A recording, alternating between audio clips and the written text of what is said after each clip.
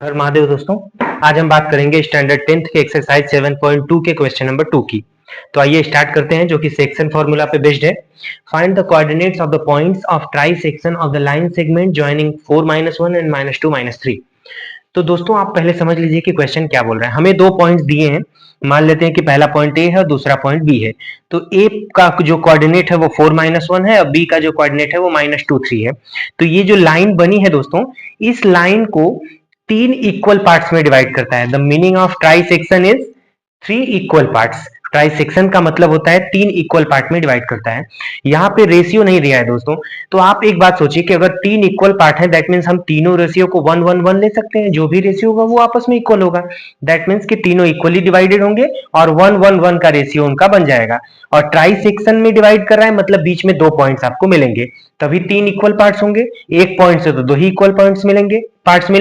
तो इसलिए दो पॉइंट मिलेंगे। हम मान लेते हैं कि पहला पॉइंट सी है जिसका कोऑर्डिनेट x1 y1 है और दूसरा पॉइंट डी है जिसका कोऑर्डिनेट x2 y2 है। अब हम इसको सॉल्व कैसे करेंगे दोस्तों, इन दोनों कोऑर्डिनेट्स की वैल्यू हमें फाइंड करनी है। तो सबसे पहले मैं आपको इस क्वेश्चन को इजी करने के लिए आपको एक चीज समझा देता हूं अलग से डायग्राम बना के।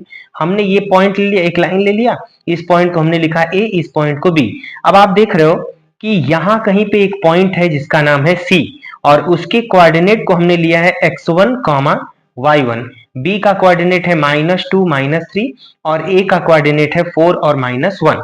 अब आप देख रहे हो, आप बहुत ध्यान से देखना दोस्तों, इतना डिस्टेंस जो है उसको हमने 1 लेकर रखा है। आप ऊपर वाले डायग्राम में जब देखोगे तो आपको पता चलेगा कि 1 है।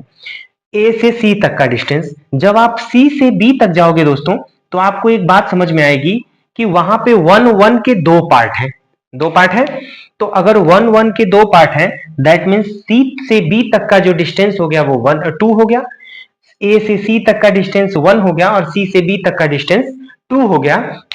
इस तरह से हम x1 और y1 की वैल्यू बहुत इजीली निकाल सकते हैं जब हमें रेशियो 1:2 का मिल गया। तो हम अप्लाई करेंगे, x1 इज इक्वल टू 1, यानी कि m की वैल्यू हम अप्लाई करते हैं जैसा कि हमने क्वेश्चन नंबर फर्स्ट में फॉर्मूला अप्लाई किया था, multiplied by -2 plus 2 multiplied by 4 divided by 1 plus 2।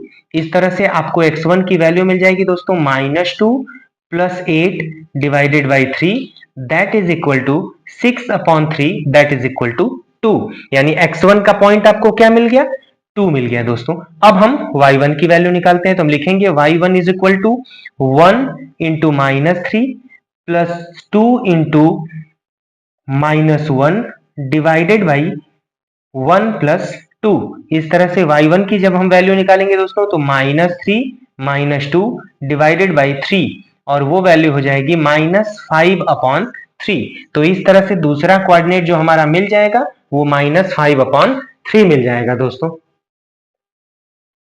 अब हम बात करेंगे x1 y1 तो हमने निकाल लिया सी पॉइंट का। अब हम डी पॉइंट की बात करेंगे और x2 y2 अप्लाई करेंगे दोस्तों। तो आइए हम देखते हैं कि दूसरा डायग्राम कैसे बनाएंगे और दूसरा पॉइंट x2 y2 को हम कैसे फाइंड आउट करेंगे। तो जैसा कि हम देखेंगे दोस्तों कि हमने अभी तक देखा कि सी पॉइंट को हमने कैसे निकाला। अब हम दूसरा डायग्राम बनाते हैं। तो हमने बनाया दूसरा डायग्राम, ए पॉइंट लिया, बी पॉइंट लिया। अब आप देखेंगे सी पॉइंट कुछ यहां था, मतलब डी पॉइंट यहां पे होगा और उसको हमने लिया है x2, y2। बी पॉइंट है हमारा -2 -3 और ए पॉइंट है हमारा 4 और -1। जब आप इसे डिवाइड करेंगे दोस्तों तो आपको एक बात समझ में आएगी कि डी से बी तक का, आप ऊपर वाले डायग्राम में देखेंगे तो बी से डी तक का जो रेशियो है वो 1 लिया हुआ है, 1 लिया हुआ है दोस्तों। और ए से डी का जब हम रेशियो देखेंगे तो ए से सी तक 1 और सी से डी तक 1, इस तरह से रेशियो हमारा 2 मिल गया। तो हमारा रेशियो जस्ट चेंज होके 2:1 का हो गया।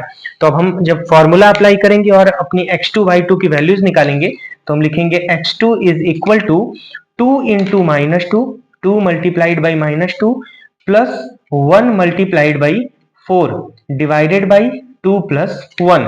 इस तरह से x2 की वैल्यू हो जाएगी -4 plus 4/3, that is equal to 0/3, that is equal to 0। तो x2 का जो पहला पॉइंट यानी x2 मिल गया वो हमें 0 मिल गया। अब हम y2 की बात कर लेते हैं।